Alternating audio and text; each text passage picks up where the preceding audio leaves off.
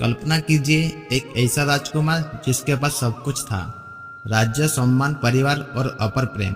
लेकिन एक दिन सिर्फ एक वचन के कारण उसने सब कुछ छोड़ दिया। न ताज मांगा, न सिंहासन बचाया। वह मुस्कुराते हुए जंगल चला गया।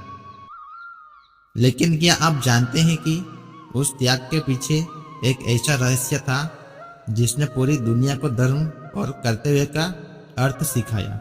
ये कहानी एक मर्यादा पुरुषोत्तम भगवान राम की है और अंत में आपको एक ऐसा संदेश मिलेगा जो आपकी जिंदगी बदल सकता है। अयोध्या की खुशहाली। बहुत समय पहले सरयू नदी के किनारे बसी अयोध्या नगरी अपने समुद्र और खुशहाली के लिए प्रसिद्ध थी। वहाँ राजा दशरथ का शासन था। प्रजा उससे प्रेम करती थी, लेकिन एक दुख था, उनके कोई संतान नहीं थी। महल के बड़े बड़े कक्षों में सब कुछ था, लेकिन बच्चों की हंसी नहीं थी। एक रात राजा दशरथ महल की छत पर अकेले बैठे थे। उन्होंने आकाश की ओर देखा। दशरथ भावुक होकर, हे प्रभु, क्या मैं कभी अपने पुत्रों को गोद में खिलाने का सौभाग्य प्राप्त करूंगा? समय बीता। ऋषियों के मार्गदर्शन में पुत्रेश यज्ञ हुआ और वह फिर शुभ दिन आया जब महारानी कौशल्या ने राम को जन्म दिया। पूरी अयोध्या खुशी से झूम उठी। ढोल बजे, दीप जलाए गए, हर घर में मिठाई बांटी गई। राजा दशरथ की आंखों में आंसू थे, खुशी के आंसू। बालक राम बचपन से ही अलग थे, विनम्र, शांत और दयालु। महल के सेवक भी उन्हें अपने बच्चों की तरह प्यार करते। एक दिन महल के बाहर एक गरीब वृद्ध बैठा था। उसके पास खाने को कुछ नहीं था। बालक राम ने उसे देखा। उन्होंने अपना भोजन उसी वृद्ध को दे दिया। वृद्ध की आंखें भर आई। बेटा, तुम राजा बनोगे तो दुनिया सुखी होगी। राम मुस्कुराए। राजा वही है जो सबकी सेवा कर। गुरु आश्रम। समय बीता। राम और उनको भाई को शिक्षा के लिए गुरु वशिष्ठ के आश्रम भेजा गया। वहाँ राजकुमार और सामान्य बालक में कोई अंतर नहीं था, सब समान थे। राम ने शस्त्र और शास्त्रों दोनों में महारथी हासिल की, लेकिन उनकी सबसे बड़ी शक्ति थी उनका चरित्र। एक दिन गुरु ने पूछा, वशिष्ठ, सबसे बड़ा बल क्या है? कई शिष्यों ने अलग अलग उत्तर दिए। किसी ने कहा धन, किसी ने कहा सेना, किसी ने कहा शक्ति। राम ने शांत स्वर में कहा, सबसे बड़ा बल सत्य है। गुरु मुस्कुराए। उन्हें पता था कि ये बालक साधारण नहीं है।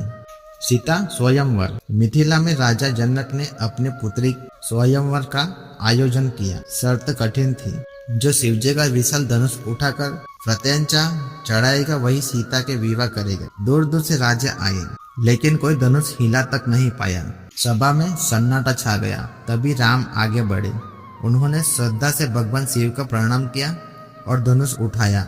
अगले ही क्षण धनुष टूट गया। पूरा महल गूंज उठा। सीता के चेहरे पे मुस्कान आ गई। उन्होंने राम के गले में जयमाला डाल दी।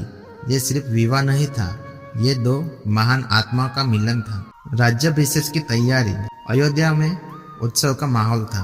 राजा दशरथ ने निर्णय लिया कि राम को युवराज बनाया जाए। सड़कों को सजाया गया। महल में तैयारी शुरू हो गई। प्रजा खुशी से झूम रही थी, लेकिन नियति कुछ और ही लिख चुकी थी। महल के एक कोने में मथुरा नाम की एक दासी ने रानी कैकेयी के मन में संदेश का बीज बो दिया।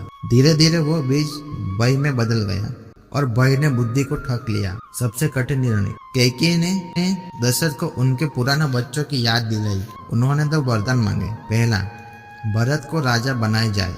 दूसरा, राम को 14 वर्ष का वनवास दिया जाए। ये सुनकर दशरथ टूट गई। उनके पास कोई विकल्प नहीं था।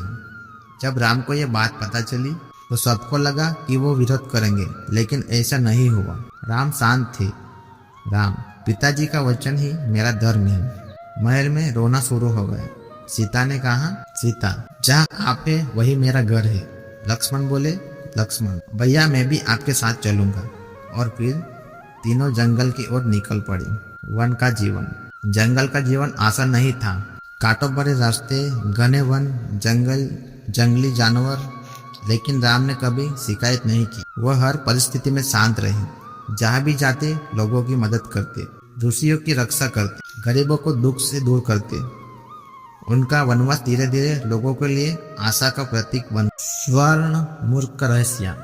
एक दिन सीता ने अद्भुत स्वर्ण मूर्ख देखा। वह इतना सुंदर था कि उसकी नजर उससे हट ही नहीं रही थी। प्रभु, मुझे ये मूर्ख चाहिए।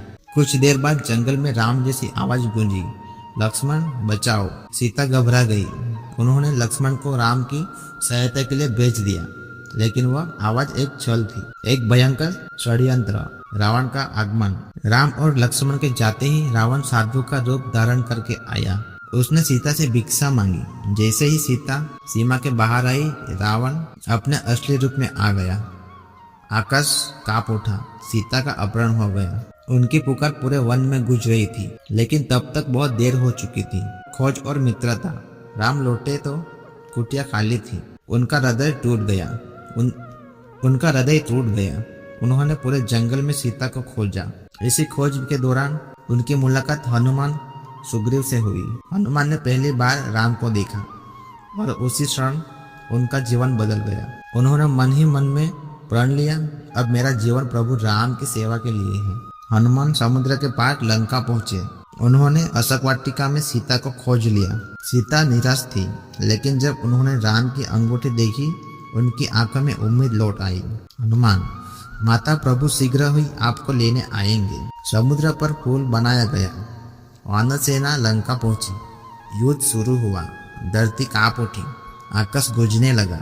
रावण शक्तिशाली था, लेकिन सत्य उससे भी अधिक शक्तिशाली था।